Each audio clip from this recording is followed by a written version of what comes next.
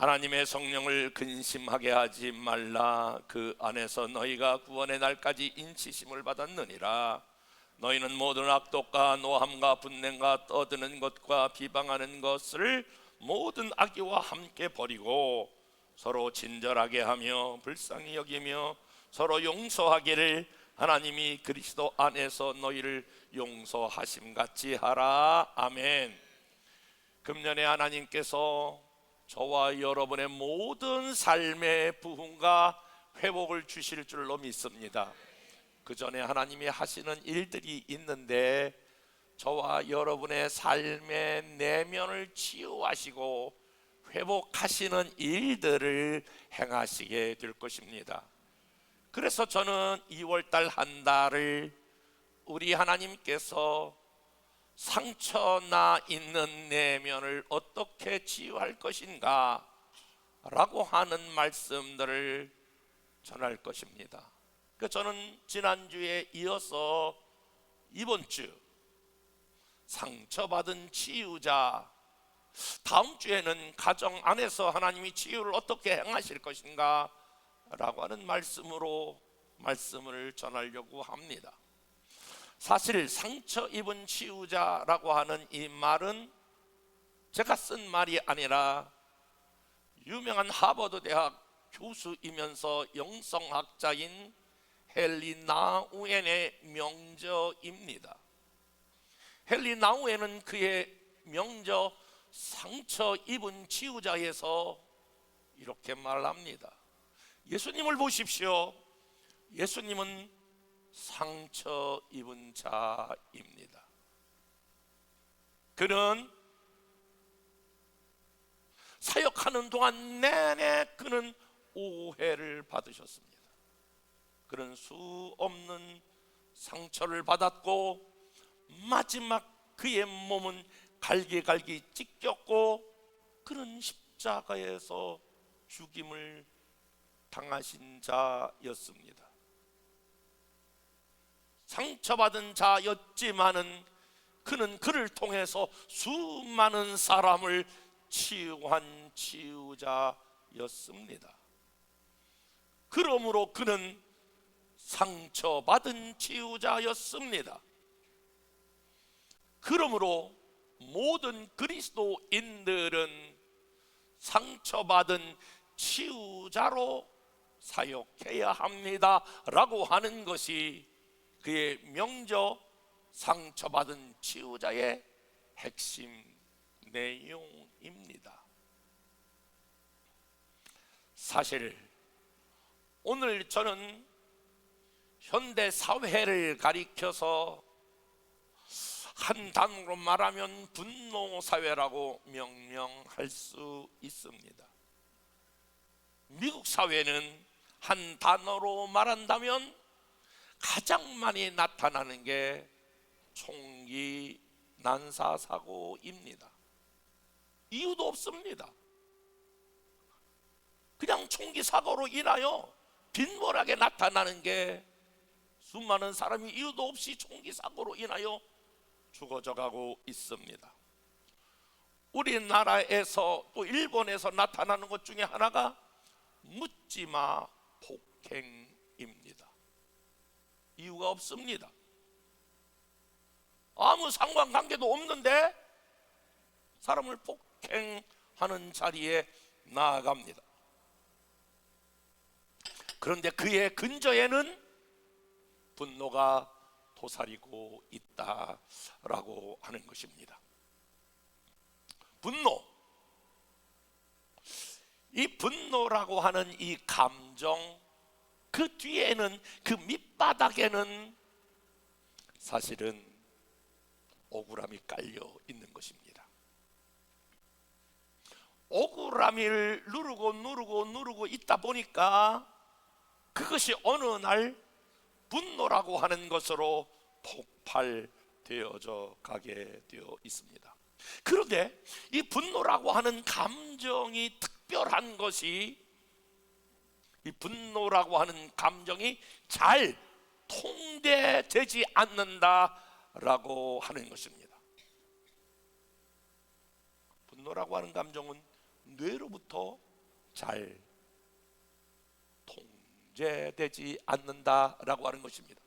만약에 뇌가 정 목사, 너 목소리를 크게 올려?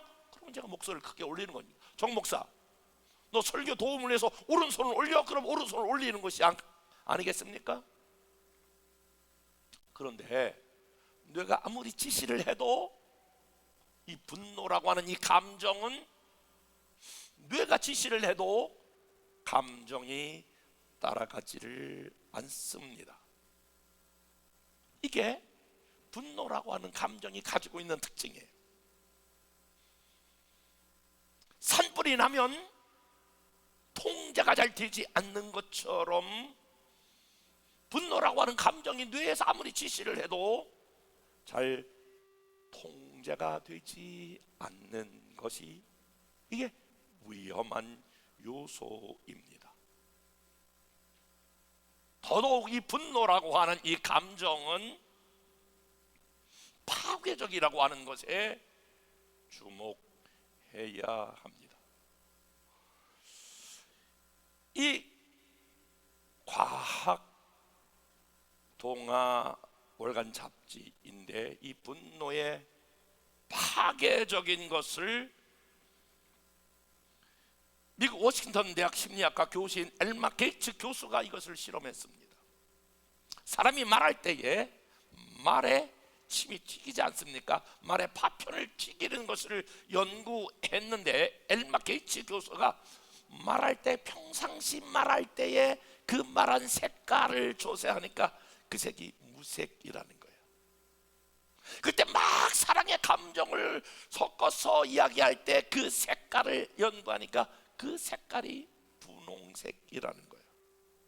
사람이 막 화가 났을 때에 분노의 감정을 가지고 말했을 때에 그 색깔은 진한 갈색으로 바뀌었다라고 하는 거예요. 그때의 진한 갈색을 모아서 흰쥐에다가 그것을 넣었더니 즉각적으로 그 쥐가 죽게 되었다라고 하는 것이 얼마 게이츠의 연구의 내용물입니다. 얼마나 격분하면 그 내면의 독한 것들이 많이 뿜어져 나오는가라고 하는 거예요. 얼마나 이 분노가 파괴적인 것을 가지고 오느냐라고 하는 거예요. 분노의 감정을 보여주고 있는 거예요. 여러분, 분노는 습관이다라고 하는 책에 보면 소위 일반적으로 여러분 우리가 많이 알고 있는 이 카타르시스라고 하는 이론이 있는데, 사람이 화가 나면 외형적인 사람, 다혈질적인 사람은 분노가 났을 때에 이것을 표현해야 된다 라고 이렇게 이해하고 우리는 그렇게 알고 있습니다. 분노를 참지 말아야 된다. 그 이론이 카타르시스 이론이에요. 근데 분노는 습관이다라고 하는 그 책에 보면 그것은 잘못된 이론이라고 하는 거예요. 왜냐하면 뇌는 좋은 것을 따라하는 것이 아니라 뇌는 익숙한 것을 택하기 때문이다 라고 하는 거예요. 여러분, 중요한 이론인데, 뇌는 좋은 것을 따라서 하는 것이 아니라 뇌는 익숙한 것을 따라한다. 옆에 사람과 한번 인사해 보세요. 뇌는 좋은 것을 따라하는 것이 아니라 익숙한 것을 따라한다.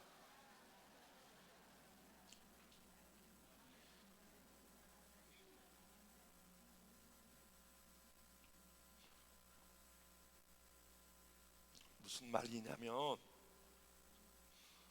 화를 자주 내는 사람이 화를 자주 내요. 왜 그러냐면 이 뇌가 익숙한 것을 따라하고 있기 때문에 그래요. 감정이 습관이 되기 때문에 그래요. 내가 그렇게 하지 말아야지. 그래도 뇌는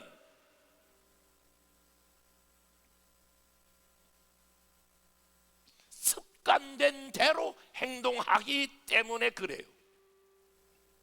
예를 들어서 저는 평생토록 제가 철라고 지금까지 하는 게 하나 있어요.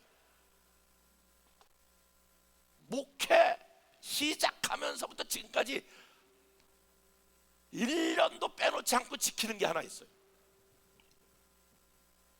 여러분 모를 거예요. 그게 뭐냐면 다이어트예요.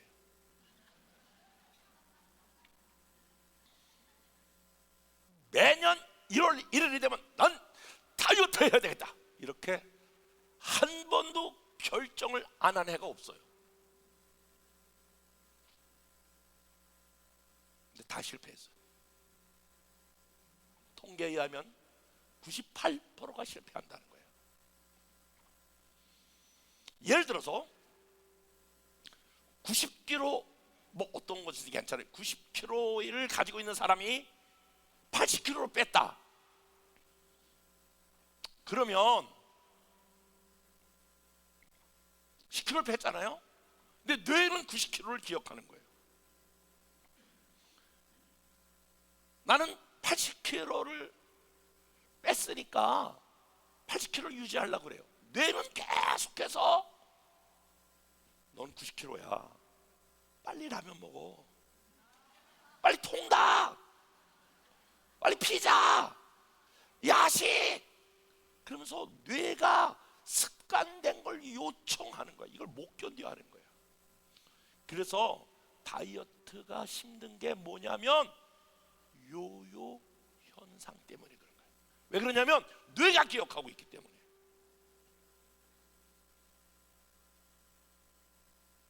그걸 이기려면 적어도 2년에서 3년을 뇌의 시스템을 바꿔야 되기 때문에 그래요. 그래서 그게 어렵다는 거예요. 그 2년 3년 동안에 뇌의 시스템을 바꾸는 그 기간이 어렵기 때문에 그렇다라고 하는 거예요. 다시 한번, 뇌는 좋은 것을 따라하는 것이 아니라 익숙한 대로 따라하기 때문에 그래요. 그래서 사람마다 표준 감정이라고 하는 것을 갖게 된다는 거예요.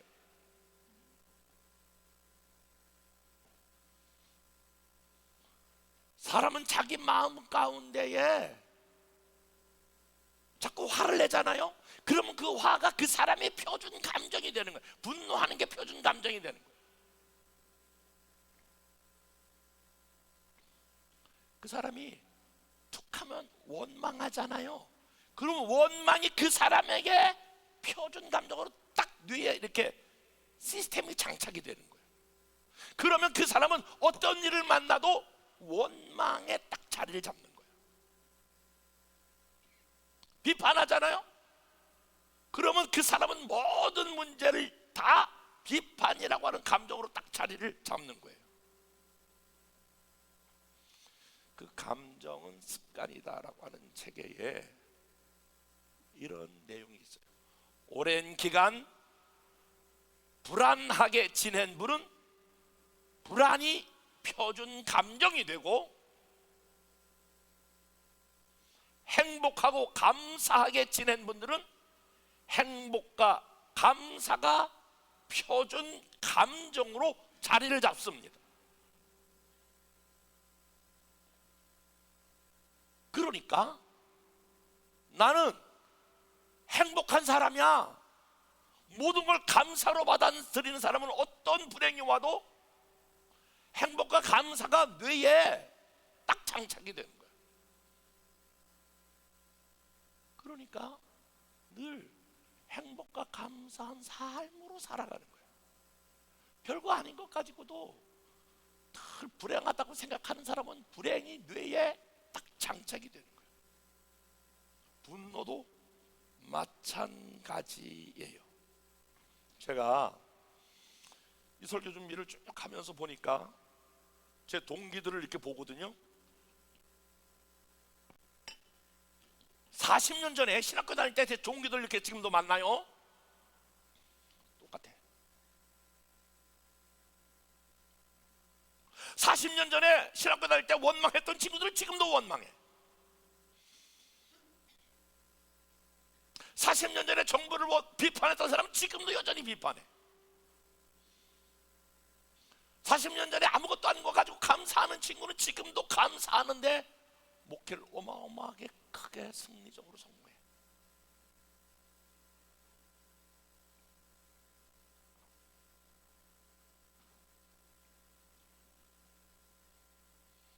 그래서 화내는 사람은 별거 아닌데, 그런데 그게 이미 뇌에 장착이 되어버렸어.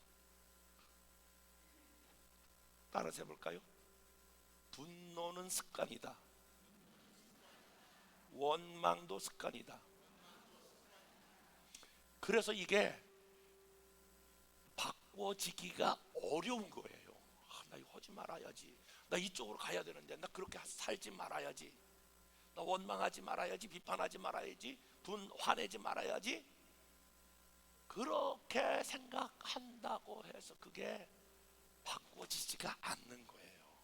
근데 그렇게 하지 않는다고 그래서 바꿔지지 않는 거예요. 제가 구정 때 베트남 집회를 갔었거든요. 그 중에 한인분 한 분을 만났어요. 여자분인데요, 식당 주인이에요. 선교사가 모시고 와가지고, 목사님 그날 구정이에요. 다 문 닫았어요. 거기도 홀리데이 구정이라 다 문 닫았어요. 선교사님이 아끼시는 분이라고, 그래도 외국에서 왔으니까 목사님 대접을 한다고, 그분이 식사 대접을 한다고 식사를 같이 했어요.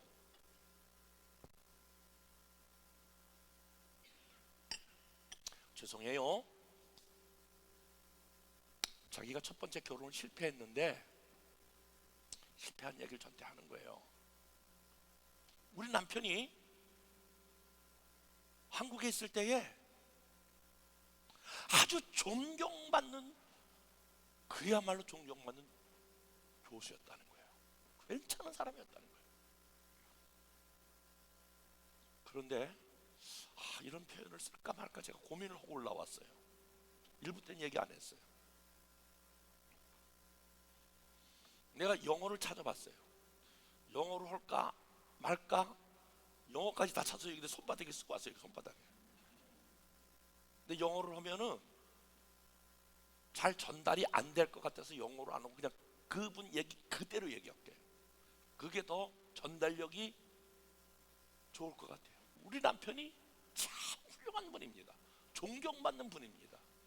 그런데 그분 얘기를 그대로 얘기해 볼게요.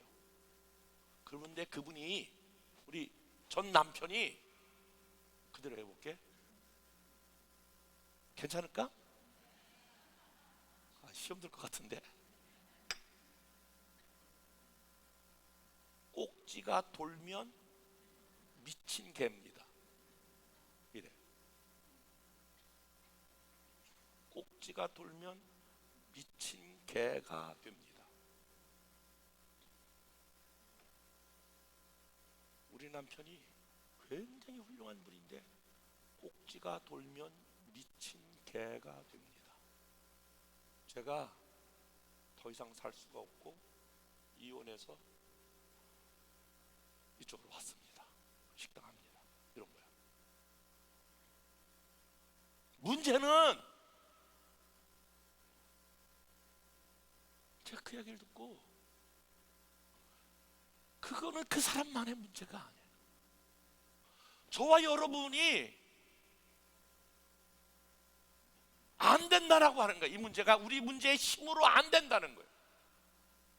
저도 제 감정의 문제를 컨트롤할 수 있는 힘이 제게 없다는 걸 내가 너무 알아.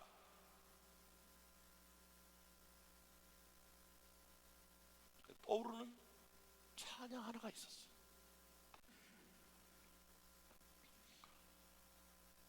주님 마음 내게 주소서, 이런 찬양. 보소서 주님, 나의 마음을 선한 것 하나 없습니다. 그러나 내 모든 것 주께 드립니다. 사랑으로 안으시고 날 새롭게 하소서. 그리고 그 뒤에 절규처럼 느껴지는 가사가 그 다음인데요. 주님 마음 내게 주소서 내 아버지, 주님 마음 내게 주소서 나를 향한 주님의 뜻이 이루어지도록 주님 마음 내게 주소서. 여러분, 분노도 사실은 그 마음 안에 깊은 곳에 마음의 상처가 있기 때문에 그 분노로 나타나는 거예요. 우리 힘으로 안 돼요. 주님 마음이 우리 안에 오게 될 때에 그 모든 마음이 치유되고 회복될 줄로 믿습니다. 자, 그러면 이런 문제 제기만 하는 것이 아니라 오늘 아침과 오늘 오후에 같이 나누고 싶은 마음은 어떻게 이것을 우리가 바꾸어 나갈 것이냐라고 하는 거예요. 성경적인 대안은 첫 번째로 우리가 분노가 일어날 때에 이것을 품고 있지 말라라고 하는 게 성경적인 대안이에요. 자, 에베소 4장 26절부터 27절 다 같이 한번 26절 27절 읽어볼게요. 시작.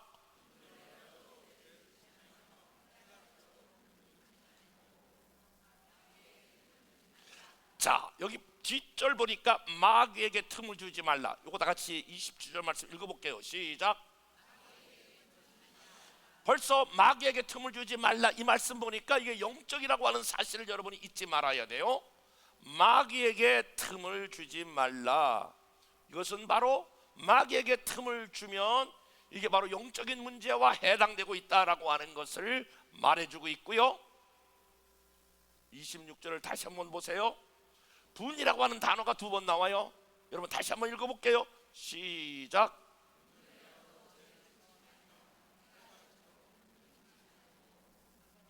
근데 여기 앞에 분과 뒤에 분이 똑같은 한국말로 되어 있지만 앞과 뒤에 있는 분이 다르다라고 하는 거예요. 중요한 것은 뒤에 나오는 이 분이 이분 저분 말하는 거 아니에요. 여기서 이 분은 분노를 의미해요. 이 분노가 뒤에 나오는 이 분노가 더욱더 강력한 분노를 의미해요. 자, 요것을 보려면 조금 여러분 정신을 차리세요. 졸지 말고 에베소 4장 31절 말씀을 보셔야 돼요. 오늘 읽었던 31절 조금 더 정신을 차려보세요. 31절 다 같이 읽어보겠습니다. 시작.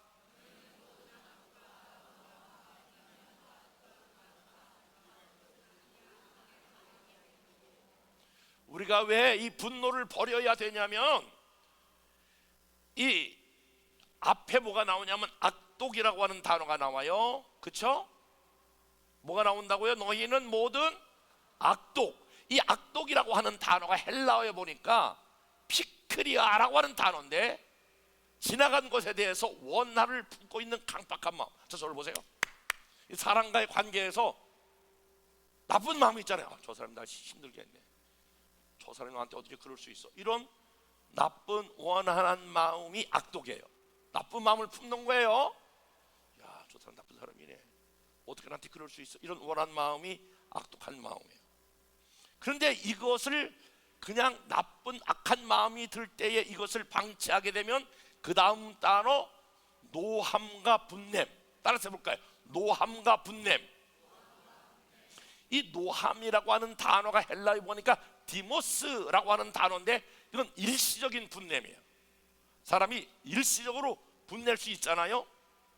그런데 그 뒤에 분냄은 오르게라고 하는 헬라어인데 이 분냄은 이건 사로잡히는 것을 의미해요. 오랫동안 그것에 사로잡히는 것. 자, 저를 보세요. 악독은요, 사람과의 관계에서 좋은 감정이 아니라 나쁜 감정이 딱 찾아오는 거예요. 그리고 오늘 노함은 일시적으로 딱 분노가 찾아오는 거예요. 나쁜 감정이 일시적으로 화남으로 찾아오는 분냄은 그것이 나를 딱 사로잡는 거예요. 어저께 하루 종일 치유 집회를 했는데 그것이 내 안에 딱 이제 견고한 지인이 잡고, 나쁜 말로 말하면 와리를 탁 트는 거예요. 그것이 그 사람 안에 내면에 이 정체성으로 탁 이제 뇌를 딱 장착시켜 버리는 거예요.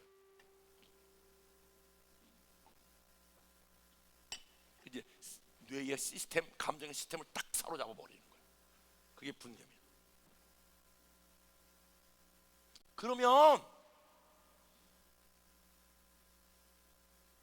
그 분냄이 딱 그 안에 자리를 잡으면 이제 이건 시간 문제야.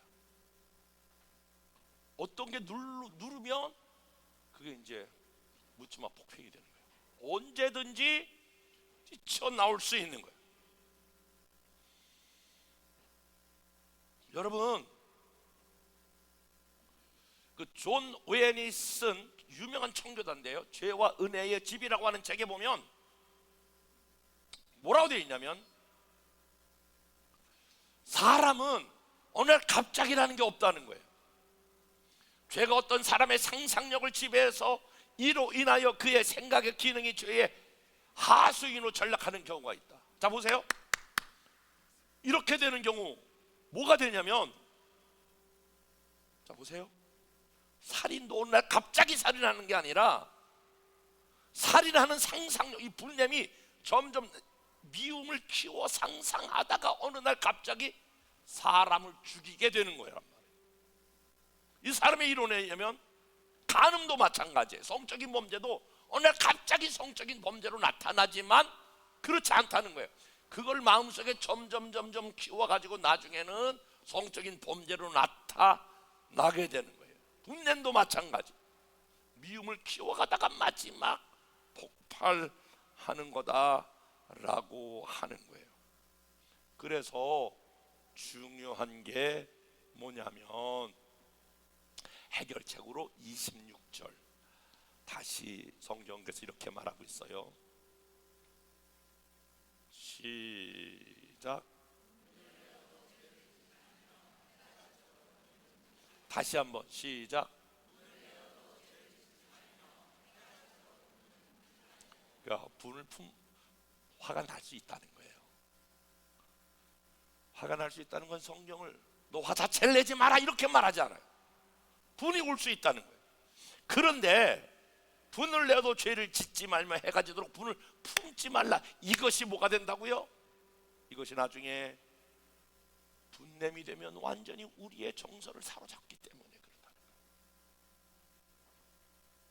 그래서 분냄을 하나님 앞에 털어버리는 훈련이 필요하다. 야고보서 1장 14절부터 15절 시작.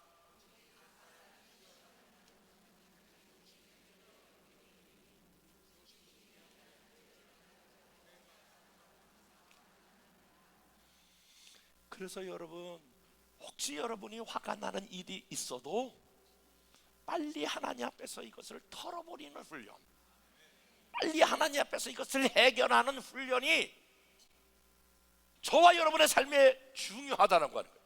그것을 그 다음에 내가 한번 다뤄볼게요.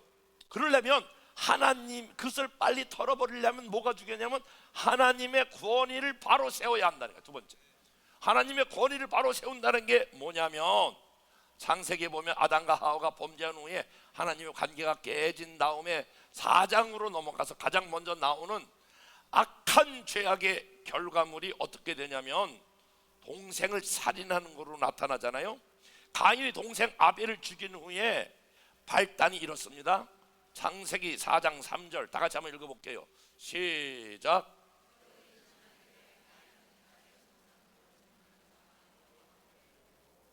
아벨은 자기가 양의 첫 새끼와 그의 기름으로 드렸고 여호와께서 아벨과 그의 제물을 받으셨으나 가인과 그의 제물을 받지 아니하신지라. 가인이 몹시 분하여 안색이 변하고 화가 났단 말이에요.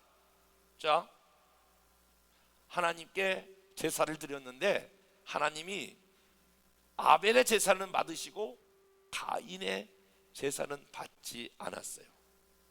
그러니까 가인이 몹시 분하여 안색이 변했어요. 하나님에 대해서 화가, 아니 왜 아벨의 제사는 받으시고 내 제사는 안 받았어? 몹시 분하여 안색이 변하니까 4장 7절, 창세기 4장 7절 하나님이 뭐라고 말씀했냐면, 시작. 선을 행하지 아니하면 죄가 문에 엎드러지니와 죄가 너를 원하나 너는 죄를 여기 중요해. 한번 여러분 다 같이 따라 써볼까요? 죄가 너를 원하나 너는 죄를 다스릴지니라. 이거 화가 났단 말이에요. 하나님, 어떻게 동생 아벨의 제사는 받으시고 내 제사는 안 받으십니까? 안색이 변했어. 화가 났어. 그 다음에 무슨 액션을 취하려고 그래. 그랬더니 하나님이 말하기를, 죄가 너는 원하나 너 안색이 변해가지고 그 다음 죄를 지으려고 그러지? 그런데 너는 죄를 다스릴지니라. 이렇게 말했으면 가인이, 어이구, 하나님이 원치 않으시는구나. 하나님 알았어요. 내가 화나지만 내가 참을게. 아니면 하나님, 그래도 내 하나님 앞에 따져볼 게 있어요. 어떻게 그럴 수가 있어요? 뭐 이렇게 하나님 앞에 딜을 한다든지 그래야 되는데. 4장 8절 4장 8절 시작. 가인이 그의 아우 아벨에게 말하고 그들이 들어 있을 때에 가인이 그의 아우 아벨을 쳐 죽이니라.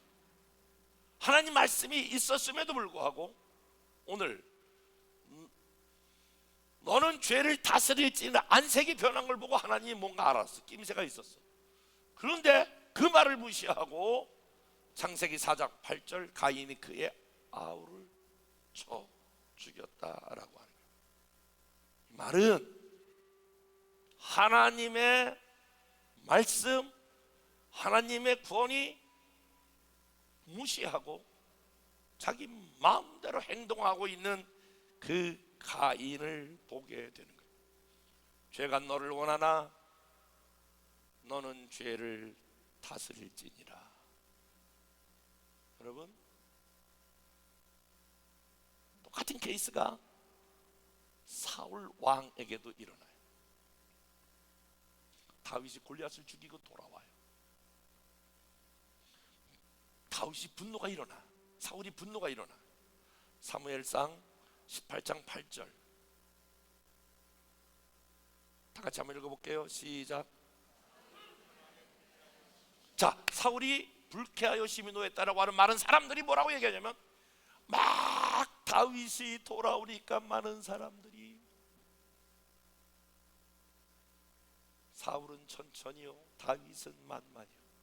여러분, 솔직히 말하면 사람들은 다 질투라고 하는 감정이 있거든요. 아주 뭐 나보다 한참 밑에 있는 사람이 잘한다 그러면 뭐 별로한데, 나보다 아주 동동대인데 엄청나게 잘한다. 그랬더니 오늘 사울이 그 말에 불쾌하여 심히 노했다라고 하는 거예요. 그런데 굉장히 그 노한 감정, 불쾌한 감정이 언제까지 가느냐면은 사무엘상 18장 9절 다 같이 읽어보겠습니다. 시작. 그날 후로 사울이 다윗을 주목하였더라. 여러분, 그날 후로 사울이 다윗을 주목하였더라. 그날 후로 다윗이 골리앗을 죽인 후로 사울이 다윗을 주목하였더라. 언제까지? 사울이 죽을 때까지. 계속해서 사울이 죽을 때까지 계속 다윗을 미워한 거예요. 다윗을 13년간이나 죽일 때까지 쫓아다녔다고. 잘 생각해 보세요. 사울이 기본적인 하나님을 믿는 사울인데 이런 마음이, 야, 이러면 안 되지, 이런 마음이 안 들었겠어요? 다윗이 뭘 잘못했다고 그러지? 내가 이렇게 지금 사실 다윗을 미워하지만은 내가 이거 잘못된 거 아니야?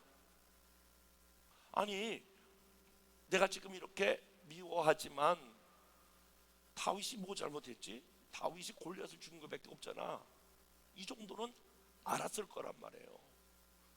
내가 이렇게 지금 질투하는 감정이 있지만 이거 잘못된 거 아니야? 그렇지만 그걸 무시하고 계속해서 지금 끝까지 밀고 나가고 있는 사울. 그러니까 하나님의 통치, 하나님 말씀의 다스림, 이런 거가 하나도 사울에게는 적용이 안 되는 거예요. 신앙생활에 가장 무서운 사람은 뭐냐면, 신앙생활에 있어서 목회하면서 가장 무서운 사람이 어떤 사람이냐면 아무 말도 안 들어. 신앙 따로 나 따로야. 말씀은 말씀이고 나는 나지 뭐. 이런 사람이 가장 무서워. 나는 그런 사람이 최고 무섭다고 생각해.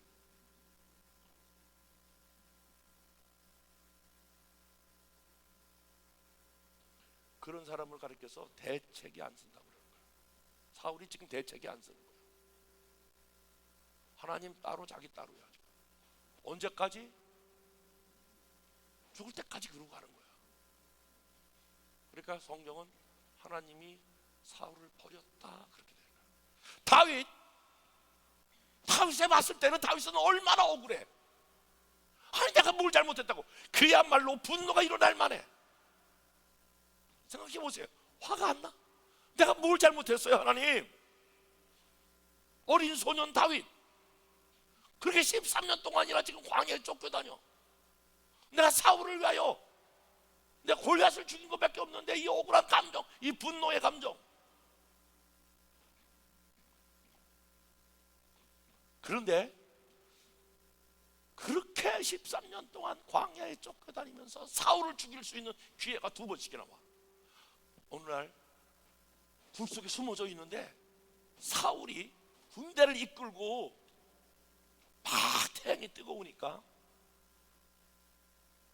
다윗이 숨어져 있는 그곳에 낯을 가리기 위해서, 햇빛을 가리기 위해서 거기 딱 들어와 있어. 딱 깊은 굴 속에 다윗이 있는 걸 모르고 거기 들어와. 다윗과 함께 있었던 사람, 야, 저기 지금 잠을 자고 있습니다. 죽일 수 있는 절호의 찬스입니다. 지금 다 깊은 잠에 떨어져 있어. 가서 목을 딱 베면 사울은 끝나. 다윗이 근데 사울을 죽이지 않아. 왜냐하면 하나님이 세운 사울을, 하나님이 기름 부어 세운 사울을 내가 할 수 없다는 거야. 그리고 그의 옷자락만 살짝 빼와. 그리고 나중에 회개해요. 그렇게까지 하지 않아도 되는데 내가 그의 옷자락을 자른 것 때문에 회개해. 얼마나 억울했으면 다윗이 하나님 앞에 이렇게 기도해. 시편 109편 7절부터 10절. 다윗이 하나님 앞에 억울했던 감정을, 시편 보면 다 이런 기도, 탄원의 기도인데 이런 기도로 하나님 앞에 자기 억울한 감정을 호소해. 한번 볼게요. 7절부터 10절이에요. 시작. 죄인이 되어 나오게 하시며, 이제 지금 사울을 위하여 하나님 앞에 이렇게 호소하는 기도야. 하나님, 시작. 그가 심판을 받을 때에 죄인이 되어 나오게 하시며, 그의 기도가 죄로 변하게 하시며, 그의 연수를 빨리 죽으란 말이야. 그의 직분을 타인에게 빼앗게 하시며, 그의 자녀는 고아가 되게 하고, 그의 아내는 과부가 되게 하며, 그의 자녀들은 유리하며 구걸하고, 그들은 황폐하게 집을 떠나 빌어먹게. 이게 기도예요. 이게 저주예요. 이게 무슨 개똥이에요. 이게 무슨 기도예요 이게. 근데 하나님께서 놀랍게도 이런 다윗이 하나님 앞에 퍼붓는 이 기도를 들어주세요. 여러분, 중요한 거는 사울은 하나님의 그 주권과 하나님의 말씀에 터치를 안 받고 자기 식으로 확 간 거예요. 다윗은 하나님의 말씀과 하나님의 터치를 받고 오늘 사울을 죽이지 않은 거예요. 사랑하는 여러분, 저와 여러분들이 이 분노라고 하는 이 감정, 나중에 오후 시간에는 이걸 어떻게 하나님 앞에 거룩한 도구로 쓰임 받을 수 있을까, 이걸 좀 더 나누겠지만, 분노라고 하는 감정, 아까도 보면 그건 상처로부터 오는 거예요. 이것들이 그냥 내버려 두면 그건 하나의 습관이 되고 그 습관이 우리의 삶을 지배해요. 그렇기 때문에 오늘 이것을 하나님 앞에 처리해야 되는데, 사랑하는 여러분, 이것을 하나님 앞에 내어놓고, 하나님 이것이 나의 연약함입니다, 하나님의 마음을 내게 부어 주시옵소서. 우리 노력으로 안 돼요. 우리 애씀으로 안 돼요. 우리의 방법으로 안 돼요. 하나님 마음이 우리 안에 와야 될 줄로 믿습니다. 감정과 이런 쓴뿌리를 주님 앞에 내려놓고 하나님의 마음을 달라고 기도하고, 그리고 하나님 말씀 앞에 우리의 이런 감정들이 터치를 받을 때에 하나님의 것들이, 하나님의 마음이 우리 안에 와서 우리 안에 변화를 일으킬 때에 우리는 새롭게 될 줄로 믿습니다. 이번 2월달 한 달, 어제도 하루 종일 눈물로 우리가 기도하는 걸 봤어요. 저와 여러분들 안에 먼저 내면이 변화돼야 하나님 우리 외적인 많은 새로운 변화와 부흥을 일으킬 줄로 믿습니다. 내 내면은 그대로 있고 외적인 변화와 부흥을 생각하지 마십시오. 하나님 먼저 내 내면을 변화시켜 주시옵소서. 여기 변화되지 않아도 될 사람이 없어요. 여기 강단에 있는 저부터 시작해서 하나님 우리 모든 한 사람 한 사람의 내면에 있는 쓴뿌리 상처를 치유하여 주옵소서. 다 같이 일어나겠습니다. 우리 오늘 찬양하면서 주님